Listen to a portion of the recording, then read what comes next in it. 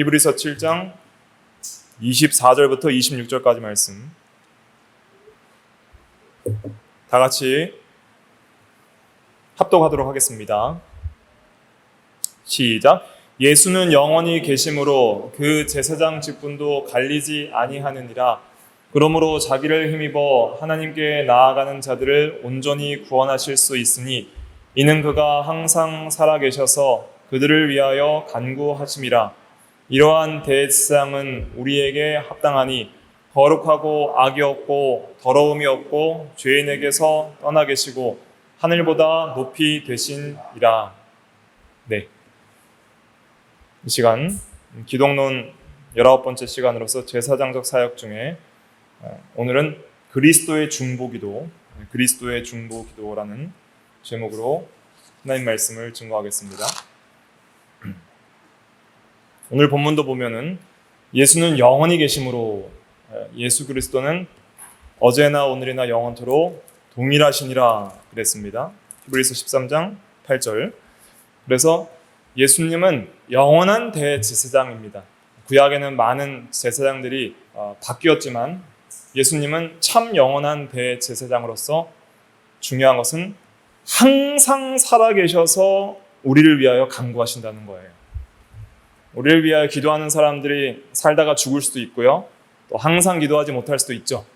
그러나 그리스도의 기도는 영원하고 쉬지 않고 항상 살아서 온전한, 거룩하고 온전한 그런 기도를 드리게 됩니다. 그래서 우리는 이 예수님이 우리를 위하여 항상 살아서 하나님 보좌 우편에서 우리를 위하여 계속 하나님 아버지께 기도하고 계시다는 것을 항상 기억을 해야 됩니다. 우리는 홀로 있는 존재가 아니에요. 주님께서 우리와 항상 함께 계시고 영적으로도 함께 계시고 또 천상에서 하나님 보좌 우편에서 우리를 위해서 계속 우리가 하나님 앞에 온전히 나아갈 수 있도록 계속 기도해 주시는 거예요. 하나님 그들의 죄를 용서해 주시고 그들의 기도를 들어주시고 그들의 찬양을 받아주시고 그들의 예배를 받아주시옵소서, 암흑의 마음을 받아주시옵소서 계속 기도하니까 우리가 예배를 드릴 수 있고 하나님께 나아갈 수 있고 하나님께 받아지고 하나님께 연락, 하나님이 기뻐하시는 존재가 되는 것입니다. 그리스도의 중보 기도가 없으면 우리는 하나님께 받아질 수 없는 존재가 되는 것이죠. 그래서 그러므로 그리스도, 자기를 힘입어 그리스도를 힘입어 하나님께 나아가는 자들을 온전히 구원하실 수 있다 그랬습니다. 그래서 우리가 예수 그리스도를 믿으면 즉각적으로 또 칭의와 중생의 은혜를 입고 하나님의 자녀가 되고 즉각적으로 구원을 받아요. 즉각적으로 하나님의 자녀가 되고 또 의롭다 하심을 받고 영생을 얻죠. 그러나 우리가 이 신앙생활하면서 구원이 취소되지 않고 우리의 구원이 견고한 이유는 그가 항상 살아계셔서 우리를 위해 간구하시기 때문에 우리는 영원한 하나님의 나라에 이르러서 이제 영화롭게 되기까지 우리의 구원은 견고하고 또 우리의 구원은 온전히 이루어져 나갈 수 있습니다. 그래서 이 구원하다라고 성경에서 표현할 때는 그 시제가 과거에 이미 구원을 받았다라는 의미도 있고요. 또 미래적으로 구원을 받을 것이라는 의미도 있습니다. 그래서 온전히 구원하실 수 있다는 것은 이미 우리가 칭의와 중생의 구원의 은혜를 이미 온전히 받은 우리가 앞으로 또 영화롭게 성화를 이루어서 영화롭게 될 그 구원까지도 온전히 이루실 것이다. 미래적으로 구원을 온전히 이루실 것이다. 또 온전히 우리가 구원을 받았다 하는 그러한 모든 구원의 큰 범위들을 다 포함을 하는 것이다. 이렇게 우리가 해석을 해야 됩니다. 그리고 또 우리 대제사장 예수 그리스도께서는 우리에게 합당하다 그랬습니다. 많은 대제사장이 구약시대에 있었잖아요. 그렇지만 그들도 죄인이었죠.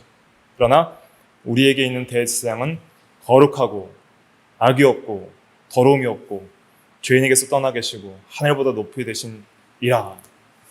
그래서 우리 대제사장의 기도는 반드시 응답됩니다. 하나님은 죄인의 기도를 듣지 아니하시고 의인의 기도를 들으신다 그랬어요.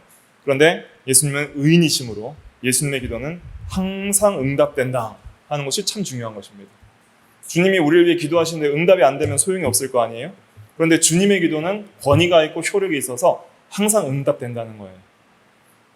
누군가 우리를 위해서 기도해 준다라고 생각하면 우리가 참 마음이 위로가 되고 기쁘잖아요.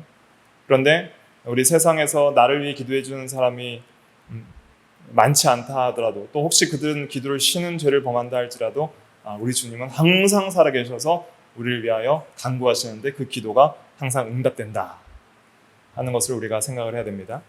그래서 이런 그리스도의 중보, 이런 중보 기도가 있다는 것을 이제 교리적으로 좀 살펴보려고 합니다. 오늘 프린트를 나눠드렸는데 총 4페이지까지 내용이 굉장히 많이 있습니다. 그리고 오늘 공부할 내용을 지금 이미 먼저 제가 이 본문을 강의하면서 잠깐 언급한 것들도 있는데요. 시간이 되는 대로 하면서 또 미흡한 부분은 제가 많이 해놨으니까 집에 가서 또 복습해 보시면 도움이 되실 것 같습니다. 하나씩 순서대로 살펴보도록 하겠습니다. 먼저 그리스도의 중보 기도라고 할 때는 중보라는 의미를 먼저 알아야지 이해가 되겠죠? 중보 같이 읽어보겠습니다. 갈색 글씨 시작. 적대적 관계에 있는 양자 사이에서 화해와 일치를 도모하는 일. 그래서 중보라는 것은 원수된 둘 사이, 적대적 관계에 있는 원수된 둘 사이를 화해시키는 일을 중보라고 합니다. 성경에서 말하는 중보는 하나님과 인간 사이를 화목케 하고 화평을 가져오게 하는 일을 말하죠. 이 사역을 하는 자를 중보자라고 하는 것입니다. 그래서 디모데전서 2장 5절에는 하나님과 사람 사이에 그랬잖아요. 하나님과 사람 사이에 둘을 화목하게 하는 중보자도 한 분이시니 곧 사람이신 그리스도 예수라, 이렇게 말하고 있습니다. 예수님이 우리의 유일한 중보자입니다. 하나님과 사람 사이를 화해시킬 수 있는 참된 중보자는 딱 한 분뿐이에요. 예수 그리스도 한 분뿐입니다.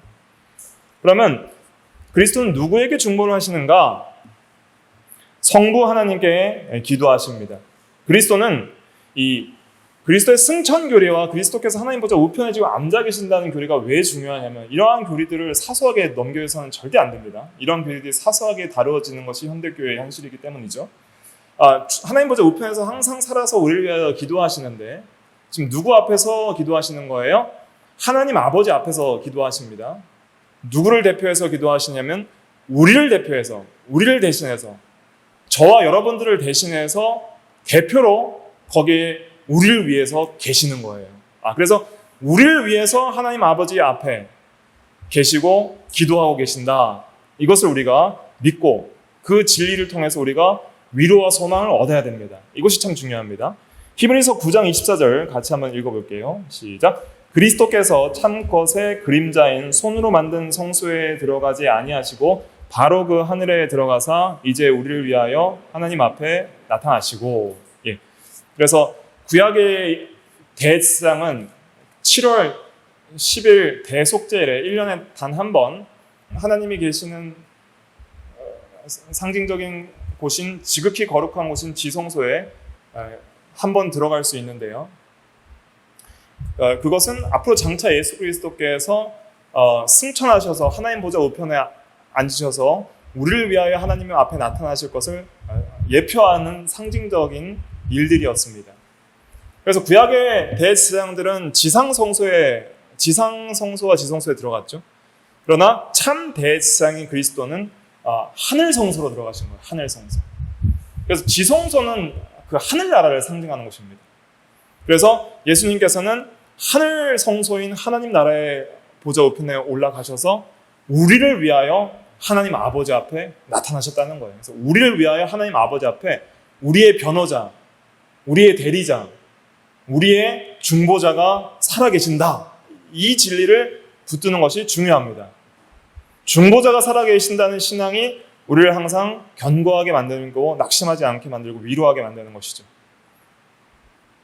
여러분들도 이 세상에 이 어떤 중개인이 많이 있으면 참 좋잖아요. 우리가 이제 교통사고를 당했어요. 내가 하기 힘들고 잘 모르는 법리적인 일들을 보험회사에서 와서 대신 다 처리해 주잖아요. 얼마나 편하고 위로가 되고 좋아요. 또 우리가 어떤 법적 소송에 걸렸을 때 나는 잘 모르는데 우리를 대신해서 모든 법리적인 문제를 해결해 줄 변호사가 있으면 참 일이 쉽잖아요.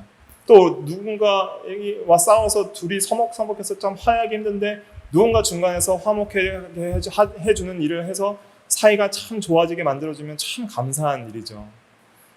그러한 오늘날도 이 세상에서 우리가 많은 중개인과 또 중보 역할을 하는 그러한 사람들이 있잖아요. 근데 하나님과 우리 사이에 이 중보를 할 수 있는 사람은 없어요. 그런 사람은 아무도 없는데 오직 한 분밖에 안 계시는 것이죠. 하나님의 아들이신데 사람으로 이 땅에 오셔서 우리를 대신해서 모든 죄값을 치러주신 예수 그리스도. 근데 그 주님께서 그냥 우리를 떠나서 멀리 떠나서 이제는 뭐 어디 여행 가 계신 게 아니라 천상에서 하나님 보좌 우편에서 우리를 위해 서 계신, 우리를 위해 앉아 계시고 우리를 위해 나타나 계시는 것이죠. 그리고 때로는 서 계실 때도 있죠. 스테반 집사가 죽을 때는 하나님 보좌 우편에서 급하게 서서 그를 위해서 기도하시고 그를 위로해 주는 그런 일도 있죠. 그래서 우리를 위한 중보자, 변호자, 위로자, 보혜사, 돕는 자, 이분이 바로 예수님인데, 예수님께서 우리를 위하여 하나님 앞에 서 계신다. 이것을 우리가 굳게 믿어야 됩니다. 그리고 그 주님을 의지해서 기도하고 예배하며 살아가야 되는 것이죠. 그러면 그리스도는 누구를 위해서 중보를 하시는가? 누구를 위해서 중보하시냐면 택한 자들을 위해서 중보하신다 그랬죠? 택자를 위해서 중보하신다. 로마서 8장 33절 34절 같이 한번 읽어볼게요. 시작. 누가 능히 하나님께서 택하신 자들을 고발하리요? 의롭다 하시는 이는 하나님이시니 누가 정죄하리요? 죽으실 뿐 아니라 다시 살아나신 이는 그리스도 예수시니 그는 하나님 우편에 계신 자요 우리를 위하여 간구하시는 자신이라. 그래서 택하신 자들을 위해서 간구하신다 그랬습니다. 성도, 택자를 위해서 중보하십니다. 무엇을 근거로 중보를 하시는가? 그의 희생 제사의 공로에 의지해서 그렇게 하시는 것이죠. 그래서 그리스도의 제사장적 사역의 크게 두 가지가 제사와 기도라 그랬잖아요. 그 중보 기도인데 기도는 그 제사, 희생 제사를 근거해서 기도를 하시는 거예요. 그래서 제사가 먼저 나오고 그 다음에 기도가 나오는 거예요. 그리스도의 희생 제사가 그의 백성들의 죄가 용서될 수 있는 충분한 이유가 됨을 제시를 하는 것이죠. 하나님 아버지께. 그래서 그들의 죄를 사하기에 합당하십니다. 그들을 용서하시고 그들에게 복 주시고 그들의 예배를 기쁘게 받아주시옵소서, 이렇게 날마다 우리를 위해 기도하시는 거예요. 그러니까 우리가 하나님 앞에 기쁘게 받아지는 존재가 되는 것이죠. 그래서 히브리서 1장 3절에 보면 죄를 정결하게 하시는 일을 하신 다음에 높은 곳에 계신 지극히 크신 이의 우편에 앉으셔서 이제는 중보를 하신다. 순서가 이렇게 되는 것입니다. 자, 그러면은 이것을 조금 자세하게 살펴봐야 되는데, 이 제사 사역과 중보 사역이 이 구약에 있어서 구약 성경의 예표로 나오는데요. 이 천상적인 중보는 지상의 이 희생 제사에 기초를 하는데, 이는 구약의 예표를 통해서도 알 수 있게 됩니다. 특별히 구약에서는 그 분향이 중보 기도를 상징하는 것입니다. 분향. 그래서 앞으로도 이제 성막을 좀 공부를 해야 되는데요. 그림을 통해서 그 성막에 보면은 그 분향단이 있어요. 성막 안에 분향단이 있는데, 분향단에는 뭐 다른 제물의 희생을 드리지 않고 이 향만 피워 올리는 거예요. 위로 이렇게 올라가는 향을 피우는데, 그 향이 바로 이제 예수 그리스도의 중보 기도를 상징하는 향입니다. 그런데 이 중보 사역이라는 것은 그 분향단을 통해서 우리가 이해를 할 수 있는데요. 그 분향단은 그냥 향을 피우는 것이 아니라, 첫째로는 분향단에 먼저 제물의 피를 바르는 일이 있습니다. 그러니까 그 기도의 근거가, 예수 그리스도의 중보 기도의 근거가 그리스도의 희생으로 말미암아 기도가 올라간다는 것을 상징을 하는 것이죠. 그 다음에 두 번째로는 제단의 불로 향을 피웁니다. 그래서 그 향을 피울 때에 다른 불을 가지고 오면 안 돼요. 그러니까 나답과 아비후가 다른 불을 가지고 와가지고 죽어버렸잖아요. 하나님의 징계를 받아서. 거기서 말하는 다른 불이라는 건 뭐냐면, 제단에서 피운 그 제사를 드릴 때 썼던 그 숯을 가져다가 불 피워야 되는데, 그 숯을 안 쓰고 다른 숯을 가져와서 쓴 거예요. 그래서 나답과 아비후가 이제 하나님의 징계로 즉시 죽게 되는 것이죠. 먼저 이 분향단에 제물에 피를 바른다는 내용이 출애굽기 30장 10절에 있는데요. 프린트에는 안 나눠졌는데 한번 같이 읽어볼까요? 시작. 아론이 1년에 한 번씩 이 향단불을 위하여 속죄하되 속죄제의 피로 1년에 한 번씩 대대로 속죄할지니라. 여기까지 보시면 피로 속죄하라는 건데 피를 바르라는 뜻입니다. 분향단에 피를 바르라. 그리고 제단에 불로 향을 피우란 말씀을 레위기 16장에 잘 나와 있는데요. 레위기 16장 12절 같이 읽어볼게요. 시작. 향로를 가져다가 여호와 앞 제단 위에서 피운 불을 그것에 채우고 또 곱게 간 향기로운 향을 두 손에 채워 가지고 휘장 안에 들어가서 여호와 앞에 분향하여 그랬죠. 그래서 그 제단 위에서 피운 불을 그것에 채우고 향로에다가 불을 피울 때는 제단 위에서 피운 불을 가지고 채우라 그랬습니다. 그런데 다른 불로 하면 안 된다 그랬어요. 그 나답과 아비후가 다른 불을 담아 여호와 앞에 분향했을 때 이제 여호와의 징계를 받게 됩니다. 그래서 출애굽기 30장 9절에 보면은 그 위에 다른 향을 사르지 말며, 그래서 이 성소에서 분향을 할 때에는 반드시 제사 드린 그 제단 위에 있는 숯불 그걸 가져다가 분향을 하라 그렇게 명령을 했습니다. 그것은 이 중보 사역이 반드시 이 제사 사역과 연결이 된다. 제사 사역을 근거로 해서 이 중보 기도 사역이 이루어진다는 것을 여기서 보여주는 것이죠. 또 중보 기도를 하려면 이 예수님께서 하나님 앞에 나아가야 된다 그랬잖아요.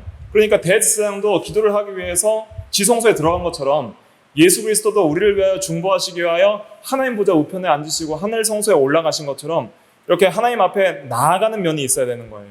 근데 그렇게 하나님 아버지께 나아갈 때에도 피를 가지고 나아가는 것이죠. 그래서 대제사장도 지성소에 들어갈 때 반드시 피를 가지고 들어가게 되어 있습니다. 피 없이는 들어갈 수가 없는 거예요. 그래서 하나님께 나아가고 그 대제사장이 이스라엘을 대표해서 그 대제사장의 이 입는 조끼에는 이스라엘 12지파의 이름들이 적혀 있어요.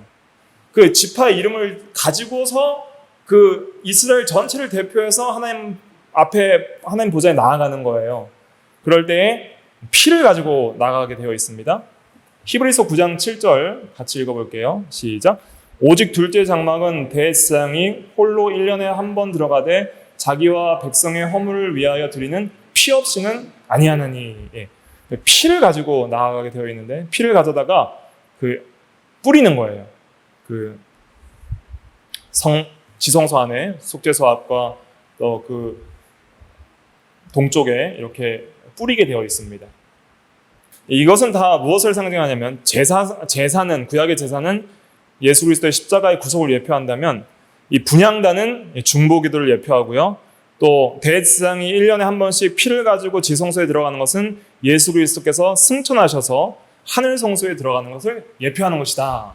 이렇게 우리가 구약과 신약을 연계해서 이해할 수가 있는 것입니다. 그 다음에 그러면 이제 지금부터 본론적인 것인데요. 중보기도를 하실 때 중보기도의 내용이 뭐냐? 첫 번째, 법적 변호가 있습니다. 예수님은 대언자 혹은 변호자로서 하나님 보좌 우편에서 우리를 위하여 법적 지위를 변호하십니다. 우리의 성도의 의로움을 변호해 주시는 거예요. 그러면 참소자가 있을 거 아니에요? 고소하는 자, 그 자가 누구냐면 사탄이죠. 참소자 사탄은 항상 선택받은 사람들에 대한 고소에 힘을 쏟고 있는데 그리스도는 그의 백성들을 위한 중보자요 대언자로서 그들에 대한 일체의 고소에 답변하신다. 성경에 보면 하나님의 자녀를 송사하고 참소하는 자가 마귀라고 일컫고 있습니다. 계시록 12장 10절 같이 읽어볼게요. 시작. 우리 형제들을 참소하던 자, 곧 우리 하나님 앞에서 밤낮 참소하던 자가 쫓겨났고, 참소라는 것은 악한 말로써 남을 헐뜯고 고소하는 걸 가리키죠. 악하게 고소하는 것. 그래서 마귀는 욥을 참소했죠. 욥기 1장 9절과 11절, 또 2장 4절과 5절 읽어보시면 욥을 참소했고요. 넘어가겠습니다. 그다음에 마귀는 이스라엘을 대표하는 대제사장 여호수아를 참수했습니다. 이것을 한번 읽어볼게요. 스가랴 3장에 잘 나와 있는데요. 스가랴 3장 1절 같이 읽어볼게요. 시작. 대제사장 여호수아는 여호와의 천사 앞에 섰고 사탄은 그의 오른쪽에 서서 그를 대적하는 것을 여호와께서 내게 보이시니라. 자, 여기서 대제사장 여호수아는 이스라엘 백성을 대표해서 심판을 받는 것입니다. 그리고 여호와의 천사는 누구를 가리키냐면 그리스도를 가리키는 거예요. 성육신 이전에 그리스도.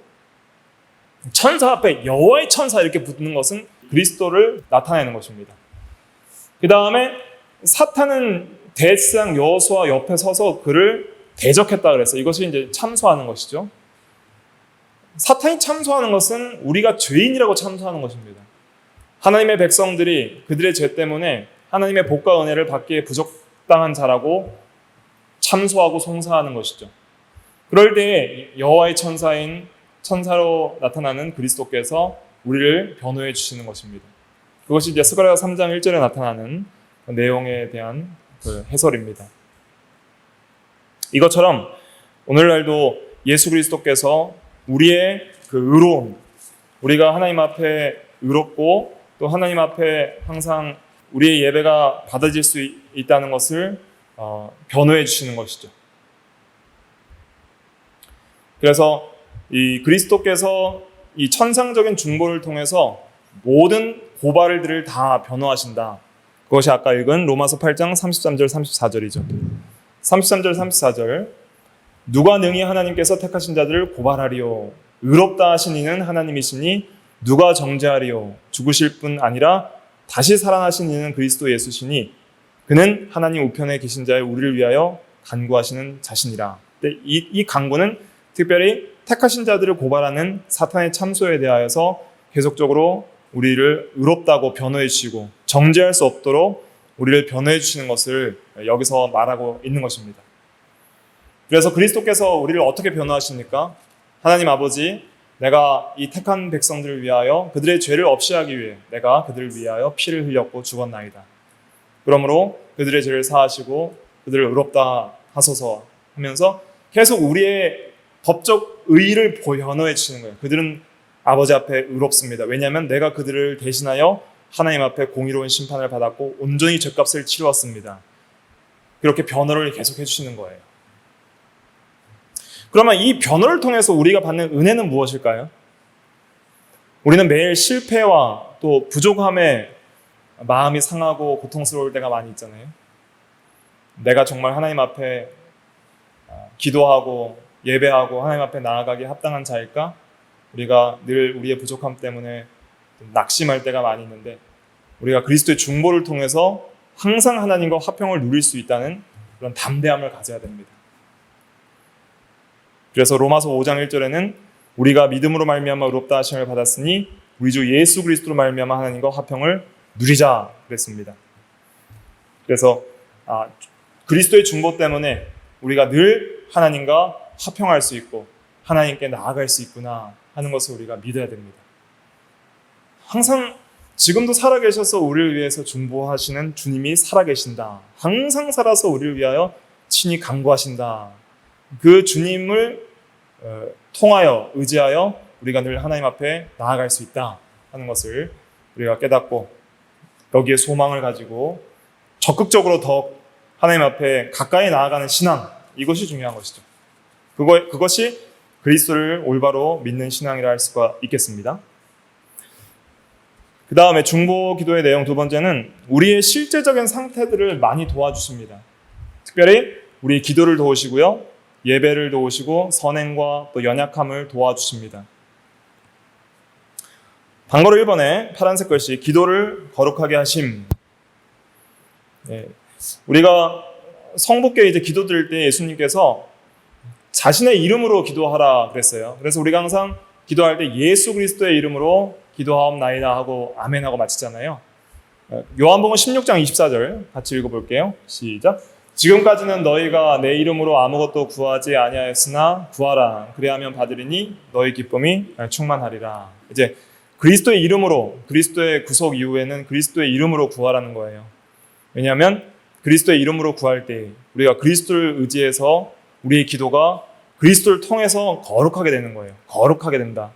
여기서 거룩하게 한다는 표현의 의미는 무엇이냐면 하나님께서 받으실 만한 합당한 기도가 된다는 뜻입니다. 그래서 우리의 기도는 너무 부족하죠. 너무 부족해요. 때로는 너무 미흡하고요. 너무 피상적이라서 정말 본질적이고 중요한 하나님의 뜻대로 구하지 못하고요. 심지어는 너무 불성실해요. 기도하지도 못할 때도 있고 너무 유격적이고 욕심으로 잘못 구할 때도 많이 있죠. 그러나 우리의 기도가 이렇게 항상 부족하고 완전한 기도를 드리는 인간들은 하나도 없는데 그러한 모든 기도가 하나님 아버지께 받으실 만한 기도가 될 수 있는 이유는 무엇이냐면 그리스도의 이름 때문에 그리스도께서 우리의 기도를 대신 중보해 주시기 때문에 그리스도를 통해서 우리의 기도가 올라가기 때문에 우리의 기도가 받아지는 겁니다. 그래서 우리가 기도할 때 우리의 기도를 그리스도께서 도와주시는 거예요. 우리의 기도를 대신 전달해 주시고 하나님 아무개가 이렇게 기도하는데 이 기도를 들어주시옵소서 하나님의 뜻대로 들어주시옵소서 라고 옆에서 계속 중보해 주시고 우리를 대신하여서 전달해 주시고 우리를 위하여 그 기도를 받으실 만한 기도가 되도록 해주시는 거예요. 아무개가 부족하지만 연약하지만 내가 그를 위하여 죽었습니다. 그가 나의 피를 의지하여 기도하는 이 기도를 하나님 아버지께서 들어주시옵소서 이렇게 우리의 기도를 도와주시는 거예요. 그러니까 우리의 기도가 받아지는 것입니다. 그 다음에 우리의 예배와 선행을 거룩하게 하신다. 우리의 예배와 선행의 이 거룩성과 동기가 온전하지 못할 때가 많이 있습니다.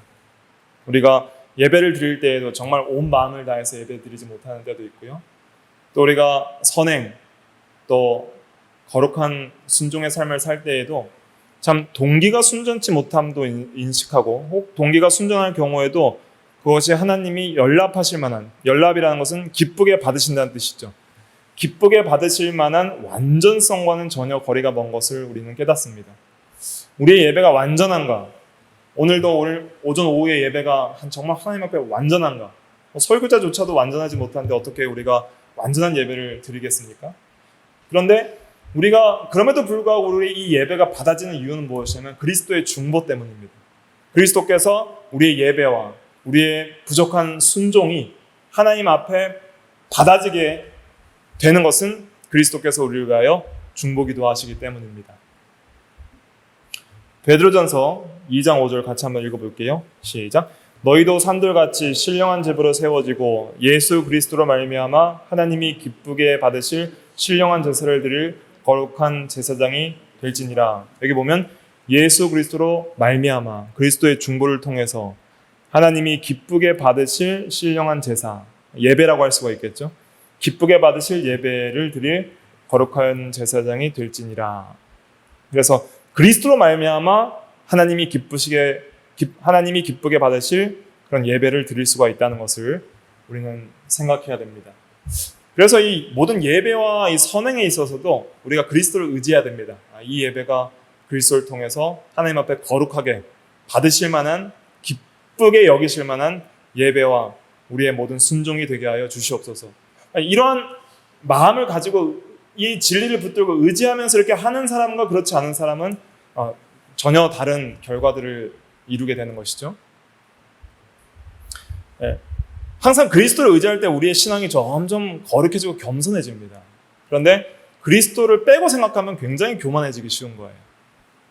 이 정도면 내 선행은 뛰어나다. 이 정도 예배는 하나님이 너무 기뻐하시겠다 생각하죠. 그런데 전혀 그렇지 않다는 거예요. 순전하지도 못하고 온전하지 못한데 항상 우리가 받아지는 건 오직 누구 때문이에요? 예수 때문이다. 이런 신앙을 가질 때 우리의 신앙이 정말 거룩해지고 정말 겸손해지고 순전해지기 시작합니다. 그러니까 오직 예수 신앙 빼면 계속 성도들이 타락하는 거예요. 교만해지는 것이죠. 그 다음에 세 번째, 우리가 연약할 때 보호하시고 도우신다. 우리 성도가 얼마나 어려움을 당할 때가 많고 시험 당할 때 유혹에 빠질 때가 많이 있습니까? 그럴 때마다 우리를 도와주시는 주님이십니다. 우리를 위하여 간절히 기도해 주시고 우리가 우리를 위해서 기도 못할 때도 주님은 항상 기도하십니다. 히브리서 4장 15, 16 같이 읽어볼게요. 시작. 우리에게 있는 대지장은 우리의 연약함을 동정하지 못하실 리가 아니요 모든 일에 우리와 똑같이 시험을 받으신 이로되 죄는 없으시니라. 그가 시험을 받아 고난을 당하셨은즉 시험 받는 자들을 능히 도우실 수 있느니라. 네. 그래서 우리의 아픔을 다 이해하시고 우리를 도와주십니다. 우리가 기도가 좀 부족해도 항상 하나님의 은혜를 받는 때가 많이 있잖아요. 내가 기도해서 받은 것도 있지만 기도하지 않아도 받은 것이 얼마나 많이 있습니까? 주님께서 우리를 위해 기도하시고 우리를 도와주시기 때문이죠. 여기에 우리가 위로를 얻고 감사해야 되겠습니다. 그 다음에 세 번째로 택자를 위해서 여러 가지 기도 제목을 가지시고 기도하십니다. 수많은 중보 기도 제목을 가지시고 모든 택자를 예수님은 모든 택자들을 위해서 항상 살아서 기도하십니다. 한 명도 빠짐없이 저와 여러분들을 위해서 항상 기도하십니다. 하나님이니까 그것이 가능한 것이죠. 특별히 어떤 기도 제목이 있는가? 첫째, 믿지 않는 택자들이 구원받을 수 있도록 기도하십니다. 아직 믿지 않는 자들 위해서 기도하십니다. 요한복음 17장 20절에 보면은 내가 비옵는 것은 이 사람들만 위함이 아니요 이미 믿은 제자들만을 위함이 아니요 또 그들의 말로 말미암아 나를 믿는 사람들도 위함이니 이제 앞으로 믿을 사람들도 위함이다 그랬습니다. 그래서 세상으로 아버지께서 나를 보내신 것을 믿게 하옵소서, 믿음을 주시옵소서 이렇게 기도하잖아요. 그래서 아직 믿음이 없는, 아직 구원받지 않은 택자들을 위해서 그들이 구원받을 수 있도록 믿게 하옵소서 이렇게 주님께서 오늘도 기도하고 계신다. 항상 살아서 기도하고 계신다 하는 것이죠. 두 번째, 이미 믿은 성도들이 날마다 짓는 죄가 용서받을 수 있도록 우리를 위해서 우리가 회개기도 안 해도 누가 계속 용서를 구하시는 거예요? 그리스도께서 용서를 구하시죠. 이사야 53장 12절 마지막에 보면 그가 많은 사람의 죄를 담당하며 범죄자를 위하여 기도하였느니라. 죄인들을 위해 기도하시는 그들의 죄를 용서해 주시옵소서. 이것이 얼마나 우리에게 위로가 되는지 알 수 없습니다. 우리를 위해서 계속 우리를 대신해서 죄 용서의 기도를 해주시는 거예요. 그 다음에 요한일서 2장 1절은 요절이니까 이건 읽어봅시다. 같이 읽어볼게요. 시작. 나의 자녀들아 내가 이것을 너희에게 쓰면 너희로 죄를 범하지 않게 하려 함이라. 만일 누가 죄를 범하여도 아버지 앞에서 우리에게 대언자가 있으니 곧 의로우신 예수 그리스도시라. 예, 대언자, 이제 변호자, 또 우리를 위해 중보하시는 그런 중보자라는 의미가 있는 파라클레토스라는 단어입니다. 성령 보혜사라고도 번역이 되는데요. 아무튼 우리 주 예수님께서 계속 우리를 위하여 변호하시고 대언하시기 때문에 죄를 범하여도 우리가 완전히 하나님 앞에 정죄받고 하나님으로부터 떨어져 나가지 않는 것이죠. 우리에게 항상 소망이 있어요. 우리 주님께서 우리를 위해서 살아계셔서 항상 기도하신다. 이게 우리의 소망입니다. 주님이 나를 위해 항상 살아서 기도하시기 때문에 우리는 절대 버림받지 않고요. 또 우리는 항상 언제든지 주님 앞에 또 하나님 앞에 나아갈 수 있고 하나님을 아바 아버지라 부를 수 있는 것입니다. 또 우리가 우리의 죄를 자백하면요 그는 미쁘시고 의로우사 우리의 죄를 사해 주시고 우리를 모든 불의에서 깨끗하게 해주신다 그랬습니다. 이 진리를 붙들고 우리가 날마다 매일 회개하며 하나님께 더 가까이 나아갈 때 우리가 점점 더 거룩해지는 것입니다. 매일 우리가 회개의 기도를 해야 되는 것이죠.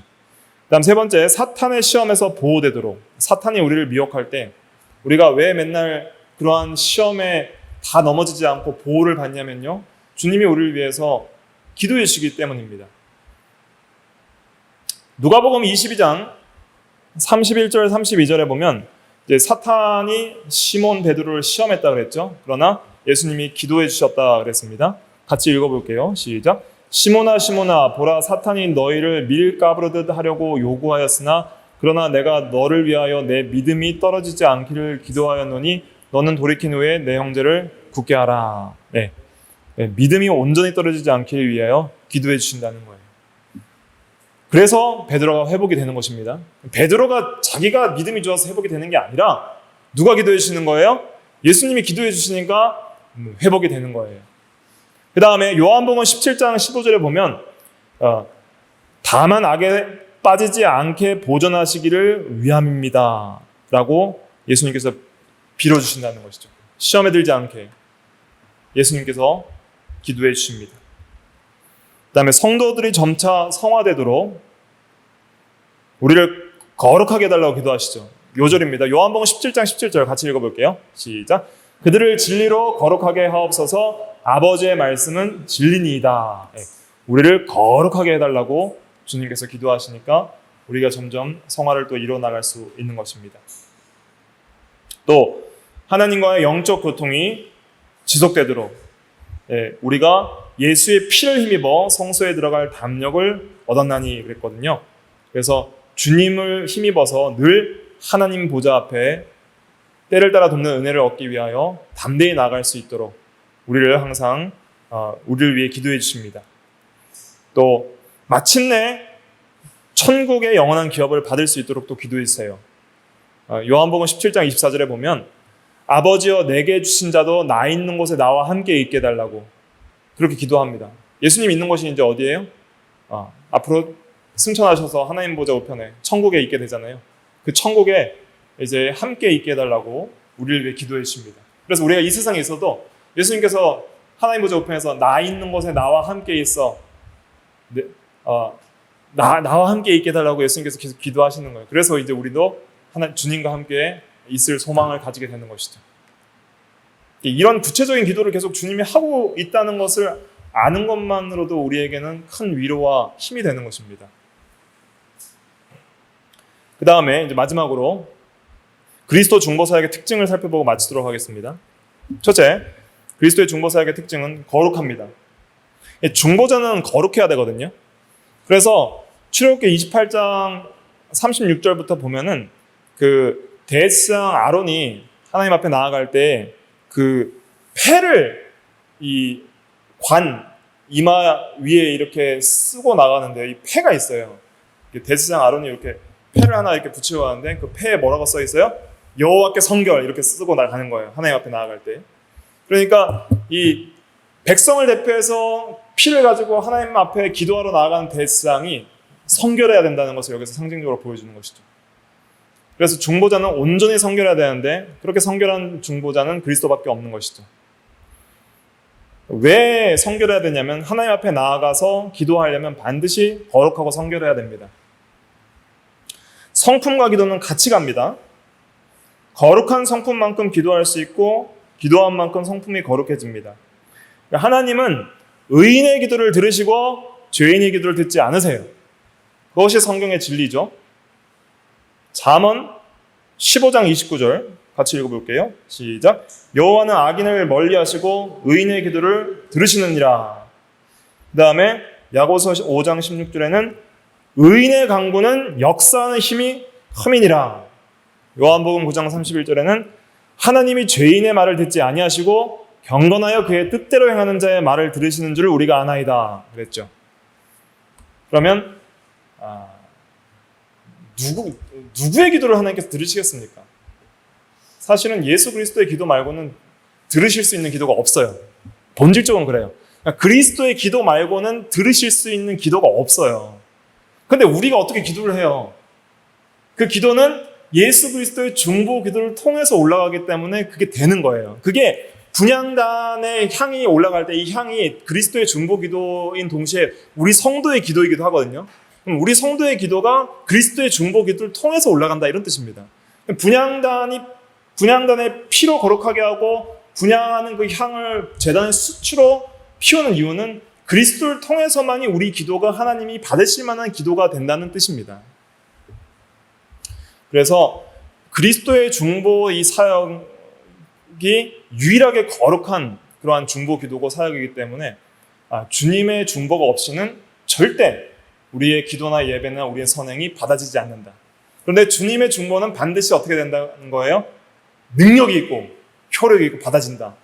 그걸 생각할 때 우리가 그리스도를 의지하며 나아가는 신앙이 얼마나 중요한가, 그리스도의 이름으로 기도하는 것이 얼마나 중요한가 하는 것을 깨달아야 됩니다. 그래서 우리가 그리스도의 이름으로 기도할 때마다 단순하게 그냥 그리스도의 이름으로 기도하는 것이 무슨 의미인지도 모르고 기도해서는 안 되고, 그리스도의 이름으로 기도할 때마다 그리스도의 대속의 공로의 피로 인하여서 우리의 기도가 그리스도의 중보 기도를 통해서 그리스도의 인격과 사역과 그의 중보 기도의 사역을 통해서 하나님께 우리의 기도가 올라간다라는 모든 그런 교리적이고 신학적인 지식을 가지고 우리가 기도를 해야 되는 것이죠. 그것이 중요합니다. 그 다음에 그리스도의 중보 기도 두 번째 특징은 항상 쉬지 않고 기도하신다. 그래서 히브리서 7장 25절 오늘 본문에 보면 그가 항상 살아계셔서 우리를 위하여 간구하심이라. 기도를 쉬는 우리 죄를 많이 범하잖아요. 사무엘상 12장 23절 보면은 사무엘이 나는 너희를 위하여 기도하기를 쉬는 자를 여호와 앞에 결단코 범하지 아니하고 그랬습니다. 항상 이스라엘 백성들을 위해서 기도해주겠다 약속을 했죠. 그런데 사무엘의 기도도 온전할 수는 없죠. 그도 연약한 죄인이니까. 그러나 주님은 기도를 쉬는 법이 없으십니다. 기도를 쉬는 것이 죄일진데 주님은 의로우시기 때문에 절대 기도를 쉴 수가 없는 분이에요. 그리고 거룩한 기도를 주님께 드립니다. 이것이 얼마나 우리에게 큰 위로가 됩니까? 그 다음에 세 번째, 권위가 있고 반드시 응답된다. 그래서 그리스도는 자신의 속죄 사역에 근거해서 내가 그를 위하여 죽었습니다. 그러므로 그의 기도를, 그의 예배를, 그의 삶을 받아주시옵소서. 강력하게 권위 있다는 것은 힘이 있다는 거예요. 기도가 이 기도를 하나님 아버지가 안 들어줄 수 없을 만큼 강력한 힘과 권위와 근거가 있다는 거예요. 우리는 하나님 아버지께 기도할 때 우리의 기도를 받아달라는 우리 자신만의 근거가 없잖아요. 내가 이 정도 했으니까 하나님 아버지 들어주셔야 되는 거 아닙니까? 라고 뭘 요구할 수 있는 근거가 하나도 없어요. 우리가 하나님께 기도를 들어달라고 요구할 수 있는 유일한 근거는 누구예요 또? 그리스도밖에 없는 거예요. 그리스도. 근데 그리스도는 자신이 근거를 갖고 계세요.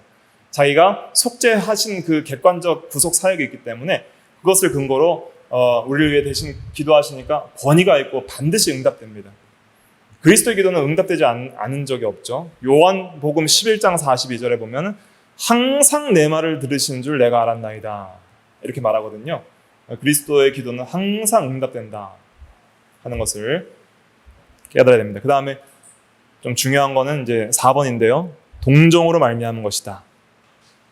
그래서 우리는 그리스도께서 우리를 참으로 동정하시고 우리를 불쌍히 여기시고 우리를 다 품어주시고 긍휼히 여기신다는 것을 알아야 됩니다. 그리스도는 우리와 같은 혈과 육을 입으셨으므로 자비하고 신실한 대제사장이십니다. 시험을 받아 고난을 당하셨기 때문에 시험받고 고난당하는 자들을 도우실 수 있습니다. 히브리서 4장 15절 같이 읽어볼게요. 시작. 우리에게 있는 대제사장은 우리의 연약함을 동정하지 못하실 이가 아니요 모든 일에 우리와 똑같이 시험을 받으신 이로되 죄는 없으시니라. 빨간 글씨는 제가 감동되는 대로 써본 건데 같이 한번 읽어볼까요? 시작. 그는 가난과 배고픔을 아신다. 마귀의 끈질긴 유혹을 아신다. 악한 자들의 괴롭힘을 아신다. 배신당하심을 아신다. 하나님께 버림받음이 무엇인지 아신다. 외로움을 아신다. 괴로움을 아신다. 영혼과 육신의 고통과 죽음을 아신다. 비참함과 부끄러움과 수치를 아신다. 우리가 당하는 모든 고통을 다 아신다. 나의 고통을 아신다. 이러한 중보자께서 우리를 위해 항상 살아서 간절히 기도하신다. 이 진리를 믿고 위로를 받고 항상 우리 주님을 의지하라. 이런 믿음으로 우리가 나가야 되겠습니다. 마지막으로 유일무이하다. 오늘 한국교회 보면 중보기도 합시다, 중보기도 합시다 하면서 다른 성도를 위하여 기도하는 기도를 중보기도라고 말하는 것은 교리적으로 틀린 것입니다. 다른 성도를 위한 기도는 도고라고도 하기도 하고 그냥 다른 성도를 위한, 성도를 위한 기도라는 표현으로 바꿔서 사용을 해야 됩니다. 다른 이들도 우리를 위하여 기도할 수 있고 우리도 다른 이들을 위하여 기도할 수 있지만은 중보자로서 중보기도를 할 수 있는 유일한 분은 그리스도밖에 없습니다. 이 교리적인 것을 쭉 살펴볼 때 중보기도 하실 수 있는 분은 그리스도밖에 없다는 결론이 나오는 거예요. 그래서 하나님과 사람 사이의 중보자도 한 분이세요. 한 분. 그리스도 예수입니다. 다른 중보자는 없습니다. 구약에 중보자들이 여러 있었죠. 이스라엘 백성들이 그 금송아지 만들어서 범죄할 때 하나님께서 다 쓸어 죽여버리려고 하실 때 모세가 엎드려서 기도해서 그들을 중보하잖아요. 대제사장 아론이 이스라엘 백성들을 대표해 중보하잖아요. 모세나 대제사장은 전부 그리스도의 모형으로서 예표로서 중보를 하는 것이지 참 중보자는 오직 그리스도 예수뿐이시다. 이렇게 우리가 교리적으로 바르게 세워나가고 중보기도 합시다라는 표현은 올바른 표현이 아니기 때문에 그런 표현을 써서는 안 된다 하는 것을 기억하고, 우리의 유일한 중보자가 살아계심을 우리가 믿고 항상 그 그리스도의 중보 사역에 감사하면서 그것을 우리가 의지하면서 항상 나가야 되겠습니다. 기도하겠습니다.